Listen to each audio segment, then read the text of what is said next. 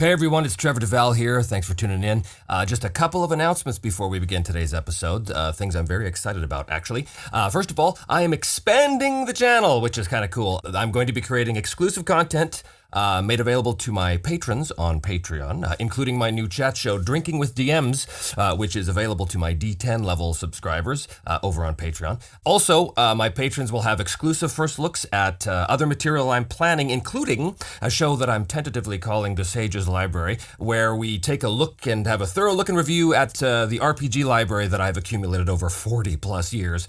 Also, I'm going to be live streaming after the episodes. I think maybe a couple of days after the episodes, just to give people a chance to see it. I know some of you are in Europe and some of you in North America and some of you are in Australia, so it's very hard to find a time that works for everybody, but I'm going to try and stagger those times a little bit. Maybe the first one will be on like a Wednesday night Pacific time, and then another one might be right after the episode on the Monday afternoon, again, Pacific time. But I will let you know all about that, so make sure you keep your eyes peeled for any news with regards to the live streams. When I schedule them, I will let you know. But I must also remind you that the live stream chat is exclusively for my Patreon members. So if you want to be part of that, consider heading on over to the Patreon page.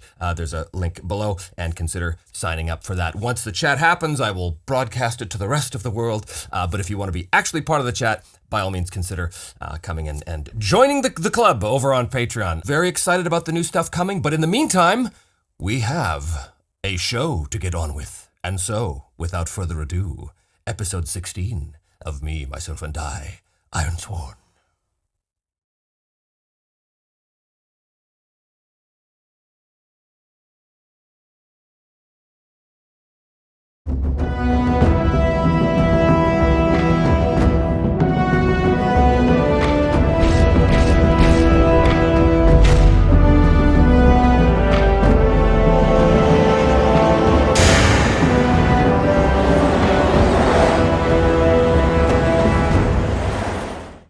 Well, hello and welcome back once again to Me, Myself, and I. I am, as always, your intrepid GM, host, and player, Trevor Devall. Thanks so much for joining.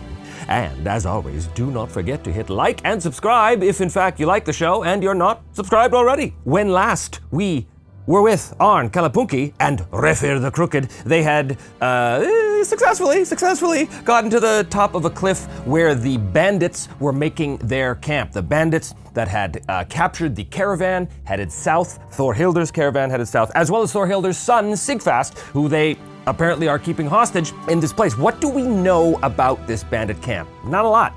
We know that they are led by a bandit leader named Tahir, and his men are very, very, very loyal. Although not particularly skilled, because Arn was able to take two of them out by himself.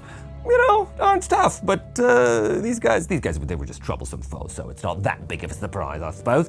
But he is with Refir the Crooked, who is an old man with a hot temper, as they find themselves here at the entrance to the icy caves. Now, I'm not going to do this as a proper delve, because I don't think this is going to be that big of a complex. But I do have some questions that I want to ask the Oracle before we begin. And my first question is about Tahir. Is Tahir a human? Is Tahir a man? I don't actually know, because it's possible that he's not. So let's go to the Oracle. Let's go to the Oracle. Gonna make that 50-50. So 51 or greater is a yes. 06. Tahir is not, in fact, a human. The plot thickens. I don't know what Tahir is yet, but we will find out as we go. How many bandits are here? They're just troublesome foes, so I think that these bandits are ragtag, ex-peasant kind of guy. Like, these are not trained soldiers, mercenaries. These are desperate men that have been preying on easy targets in order to survive the harsh winters up here in the mountains. And maybe they're being driven forward out of fear by the monstrosity that is Tahir, whatever that turns out to be. 01 to 25, there's 5 more bandits. 26 or more, there's gonna be more bandits than that. So here we go. How many bandits are there? Oh, there are in fact more than 5 bandits. Okay, so I think it's reasonable to assume that there's probably, I don't know, between 8 to 10 bandits in this camp. I don't think there's a lot of them, maybe even fewer. They're not in great condition. They shouldn't be that hard to take down if Arn has to, but we already know that they cannot be talked out of their loyalty to Tahir. I'm not gonna do a proper delve, I'm just gonna sort of ask the Oracle as we go. So here's the thing, Arn and Refir the Crooked are standing at the cave mouth, the icy winds blowing behind him. They can definitely see flickering torchlight emanating from somewhere down this rough-hewn corridor, such as it is. It's a cave, it's not really a corridor. But they are going to very quietly make their way inside and see what there is to see. So they're going to try and sneak their way through the caves, trying to find Sigfast and the remains of the convoy. If they're successful in that, then they will sneak their way and we'll see what there is to see. But if they fail, then obviously there's going to be a price to pay. So let's see what's going on here. Now, here's the thing. Refir the Crooked is very silent. So, he is not at all going to hinder Arn.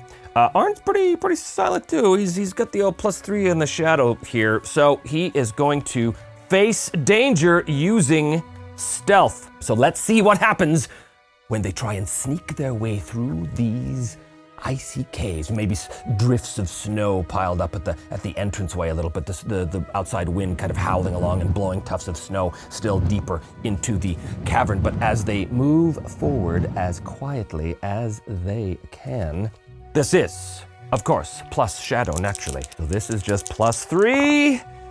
Okay, that is a 4. So that is a strong hit. Whew! Good start, good way to start. On a strong hit with face danger, you are successful and you take +1 momentum, which means that Arn's momentum is going to go up to +5. More importantly, they sneak their way through the caves. Now, I'm not going to put down a little map here of what the caves look like. It doesn't really matter. I think it's safe to say that the caves have a series of intersecting tunnels. Most of them go off to small storage kind of areas with nothing of particular value or interest. Maybe they come by like a sleeping quarters. Maybe there's a couple of guards sleeping, maybe not, we'll see. But they are able to make their way into what must be the main chamber. So he successfully navigated the tunnels with stealth, so that is going to count as two boxes on the progress chart.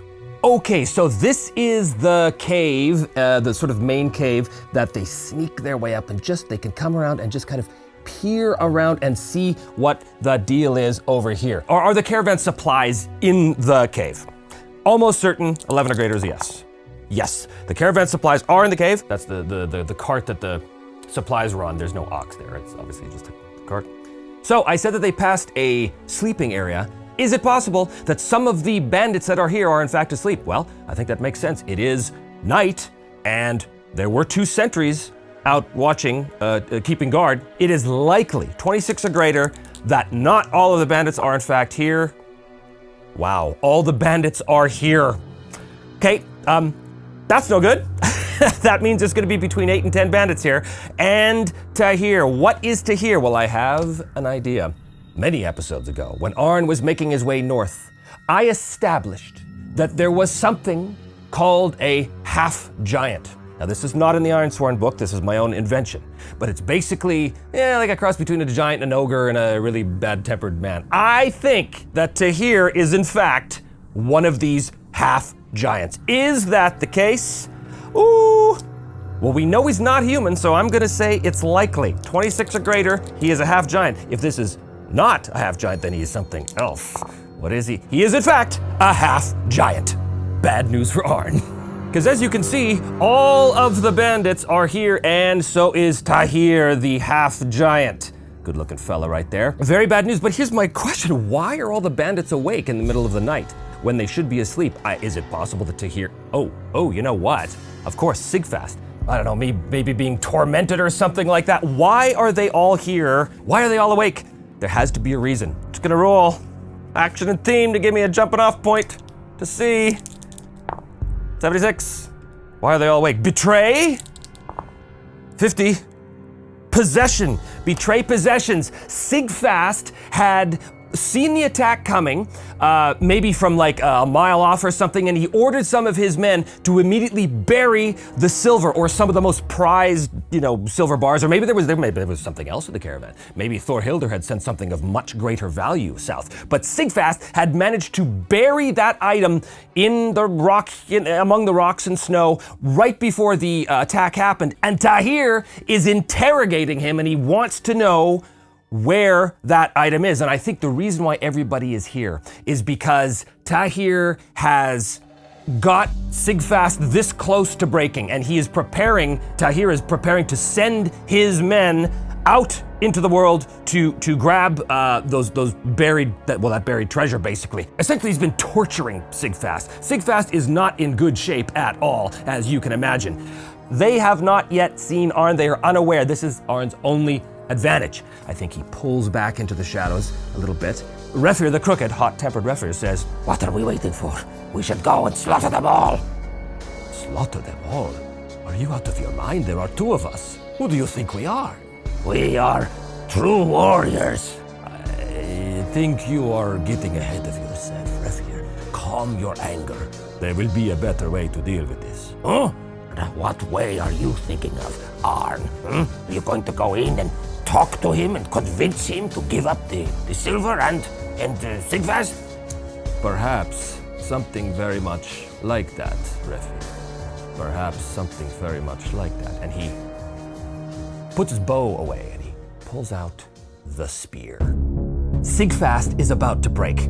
It's clear. Arn can hear his cries as Tahir is, having two of these guards basically, pull his arms back behind his body really, hard. Maybe he's suffered like a couple of hot poker burns to the face, like just brutal torture stuff. But Sigfast he's basically saying, "Please, no more. I will tell you whatever you want. Just no more pain, please." So, this is potentially really dumb. Okay, Arn steps out into the light. Refir stays hidden in the shadows. Right away, Tahir, has been sort of like poking and prodding and maybe like slicing bits of flesh off of Sigfast, like brutal stuff. But everyone, they turn and they see Arn appear. He's holding the spear with both hands. Tahir looks up from his torture. He growls. He's got, he's got big protruding tusks coming out of the lower part of his jaw. And he looks, the rest of the bandits immediately grab their weapons. There's a right kerfuffle around here as the bandits are grabbing weapons. They're totally startled. Arn steps boldly into the room, brandishing his spear, his grandfather's spear. And again, as soon as he does that, whisperings of this lady, because this lady, he wants to get the fight. This lady always wants to scrap. Hold, all of you. I am not here for you bandits. I am here only for Sigfast and the silver that you have stolen from Thorhilder's settlement. Well, obviously there's a ripple of confused sort of laughter amongst the bandits as they, they're kind of looking around Arn to see what army he's brought with him. But there is no army. Tahir steps forward, he steps right over Sigfast. Boom, like this. Arn's forced to sort of take a couple of little steps back here. Oh my goodness. Who are you, little man? And how dare you come in here making demands of Tahir the Invincible? I think he'd probably call himself the Invincible. I think because, again, Arn has Ulvatan, Tahir would normally be an extreme foe, but I think because of the spear, it reduces him to a formidable foe, which is still, kind of bad. Arn looks up at Tahir, and this is a pretty terrifying sight. This massive half-giant has just moved towards him. I think Arn has to endure stress. He's going to take one stress. His spirit's going to go down to 1, and he has to endure stress right now. This is plus hearts, but he does have Battle Scarred, so if he gets a strong hit, he will have +1 momentum. This is at +4, and he rolls a 10 strong hit. He's actually going to suffer -1 momentum in exchange for 1 spirit. He just got the bonus momentum from that. So basically, what that means is his spirit goes back up to 2. So Arn is not shaken by this large creature coming towards him, looking very threatening, very intimidating. Arn looks up, holding the spear of his grandfather in front of him, and he says, "Did you really think that I would come before you without the means to best you in single honorable combat?" Ooh. There is a ripple around the bandits as they realize that Arn is challenging their leader to a formal duel. Tahir sees this. Tahir the Invincible. Does Tahir the half-giant have any honor in him whatsoever, the same honor that the Ironlanders possess. Does he have that honor in him to accept the challenge? You know, I'm gonna call it 50-50. 51 or more is a yes. 75, it is a yes. He looks down at Arn and he smiles, and a deep, booming, guttural laugh issues forth from his vocal cords. You wish to throw the circle with Tahir the Invincible, little bug. Then that is what we shall do, and I shall paste your brains across this cavern like paint.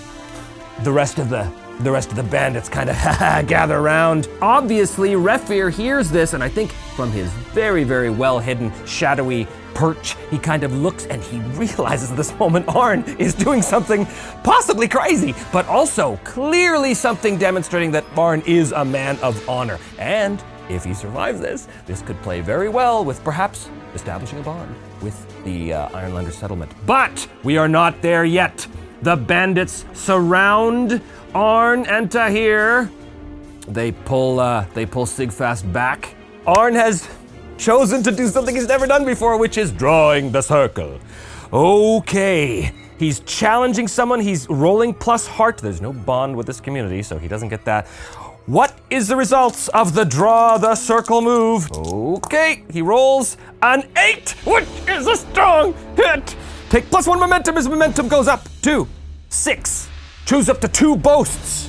Well, you may choose 1 boast in exchange for +1 momentum. He can take 2, but these boasts are really dangerous. These are really dangerous.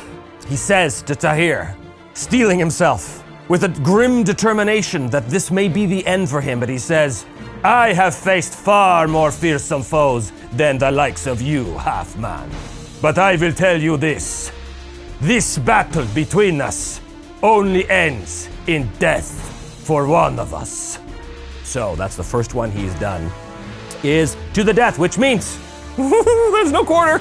His momentum does go up to 7. He has the option of choosing another one.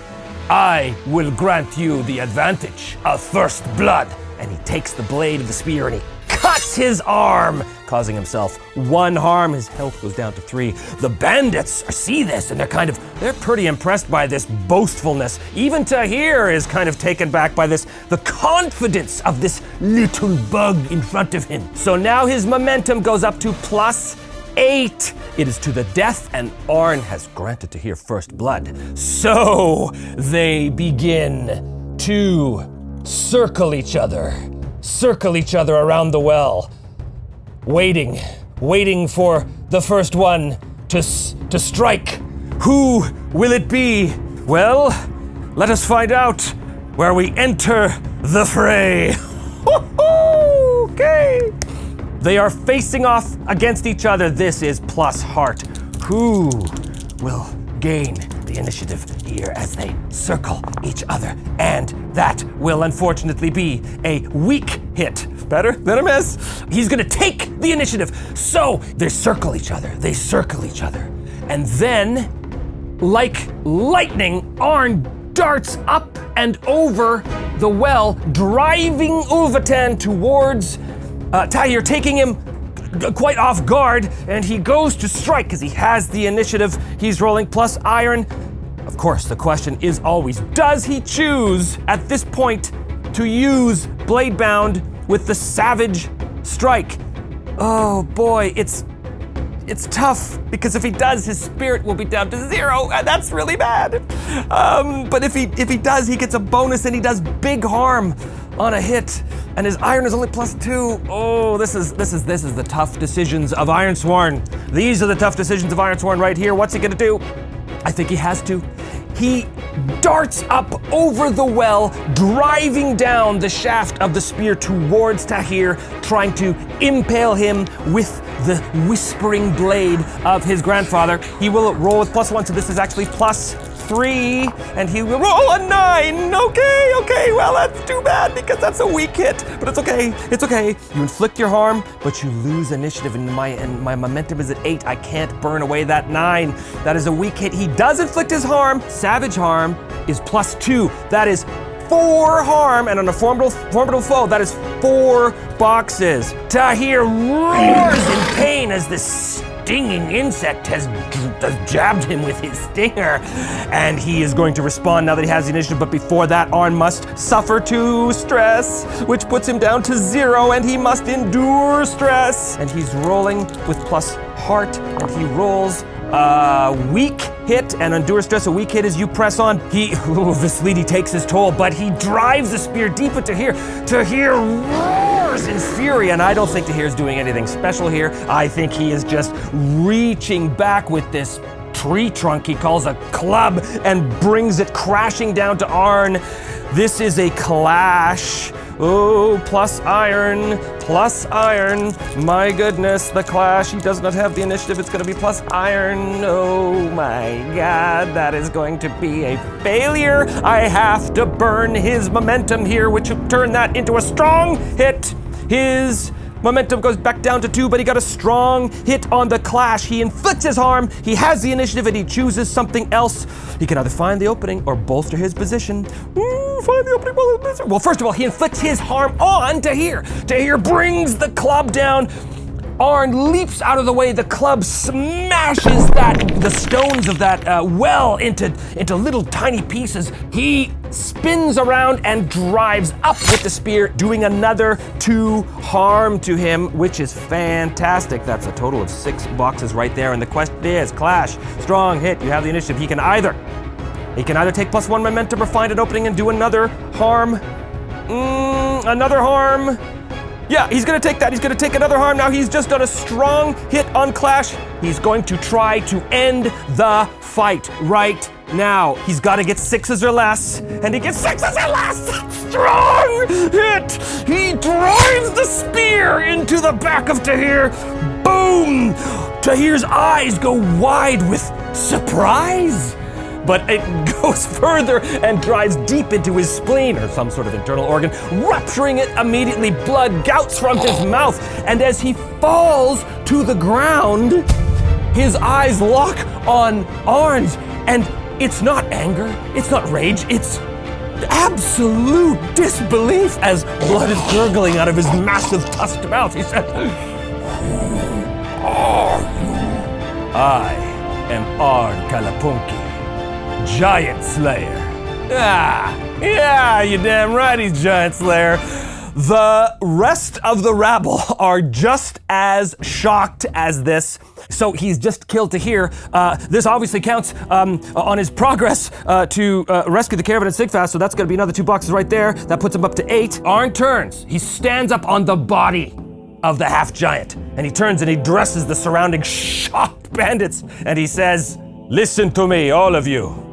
If you do not want to meet the similar fate as your leader here, you will pack up all of the silver, put it into the wagon, and you will help me carry it back to the settlement." The bandits kind of look. They are troublesome foes. They're just rapscallions, so they don't really have any, will to resist on this. So they, strong hit on that. Their leader just got completely, just completely gutted by this stranger comes in. The force of his will right now is compelling these guards to do it. But speaking of compel, that is going to be a 9. That's a 6 and a 5, which is a strong hit. They do what you want, and you take plus 1 momentum. He has cowed the bandit rabble into doing exactly what he says. They, to a man, without any hesitation, they begin to gather up all of the material and load it back into the cart. There is no horse with the cart. The horse was killed in the attack, presumably. So he succeeded against all odds in actually convincing these people to do exactly what he said and to bring Sigfast and the silver back to the settlement. That's gonna count for 2 more boxes. That's gonna fill that progress track on that vow. He will try and fulfill that vow when he gets back to the settlement. Sigfast is given food and water and released from his chains while these guards are piling up the silver and the rest of the supplies onto the wagon and preparing to pull it as a team, almost like a team of mules as they begin to pull it. Arn shouts to Refir, "You may emerge from your hiding place, my friend."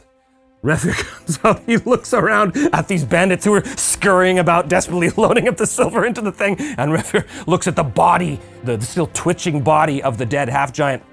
And Refir looks at Arn. I think it goes without saying that you have proven your honor this day, Arn Giant's Bane. I was going to go with Giant Killer, but Giant's Bane that's a much better name. They are able to tend to the wounds of Sigfast, have everything loaded up, and these bandits, as I said, like a team of mules, begin to pull this cart out into the snow. As it turns out, there is a rear entrance, by the way. Some of you are wondering, how did they get the cart up the cliff face? Well, there is a hidden rear entrance that slopes down to the back, and that is the exit that they use. A day later, so that basically the next morning, they arrive back at the settlement.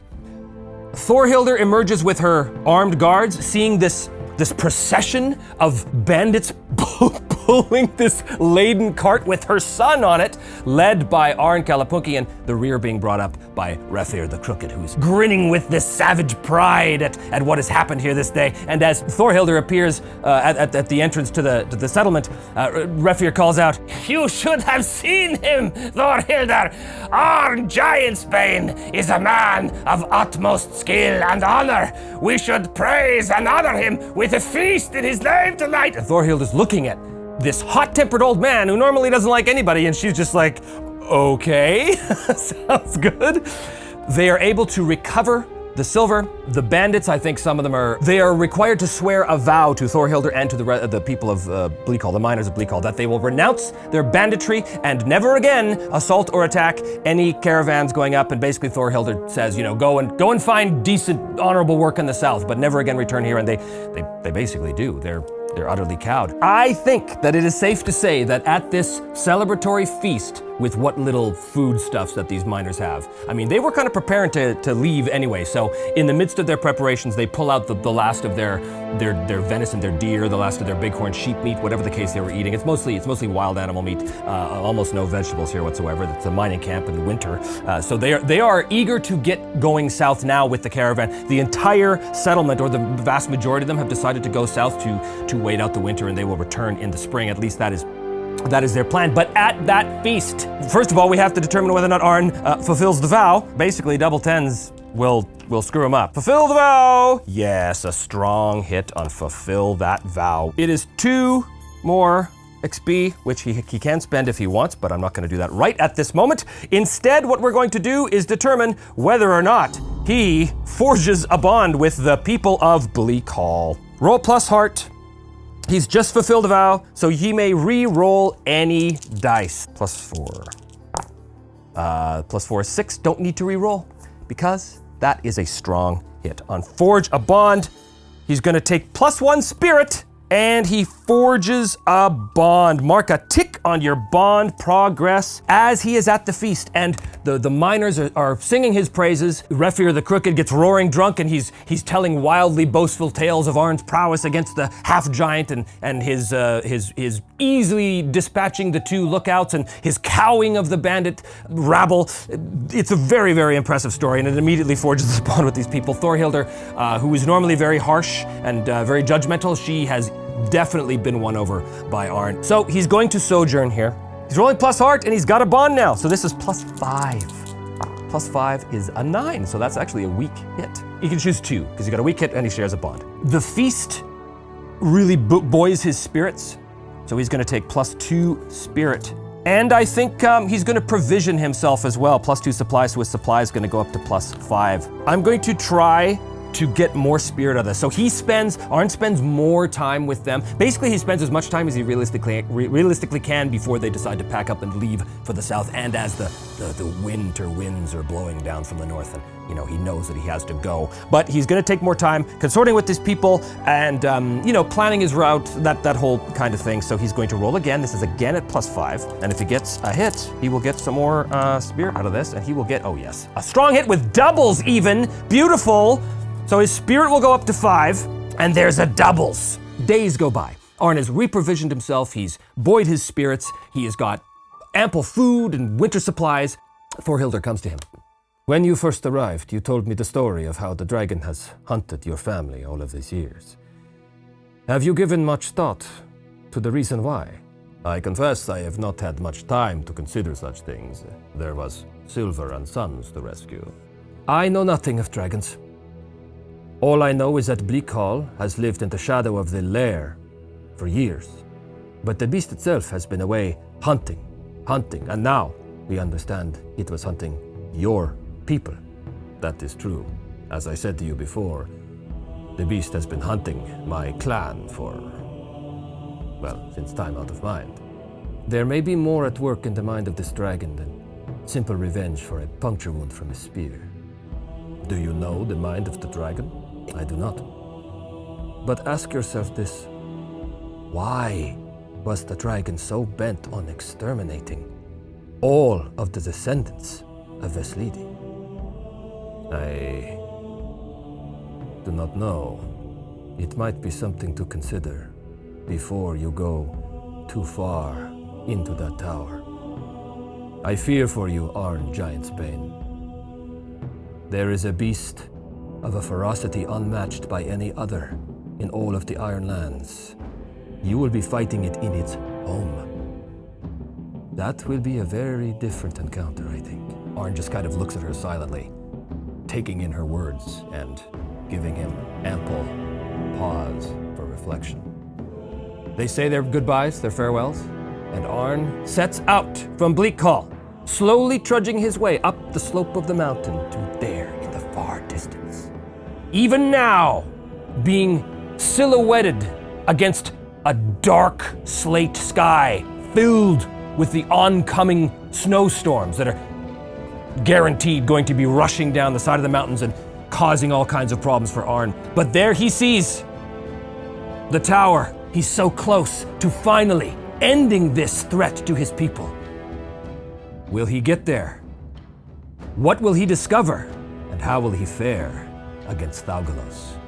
Tune in next time to find out. Thank you so much for joining me. And as always, if you enjoyed the episode today, please do hit like and make sure that you're still subscribed. And if you haven't subscribed, consider doing so. Also, if you'd like to support the show on Patreon, the link for that is in the show notes below. I have all kinds of new material coming up in the next few weeks, so keep your eye out for that. Thanks so much once again, and we will see you next time on Me, Myself, and I.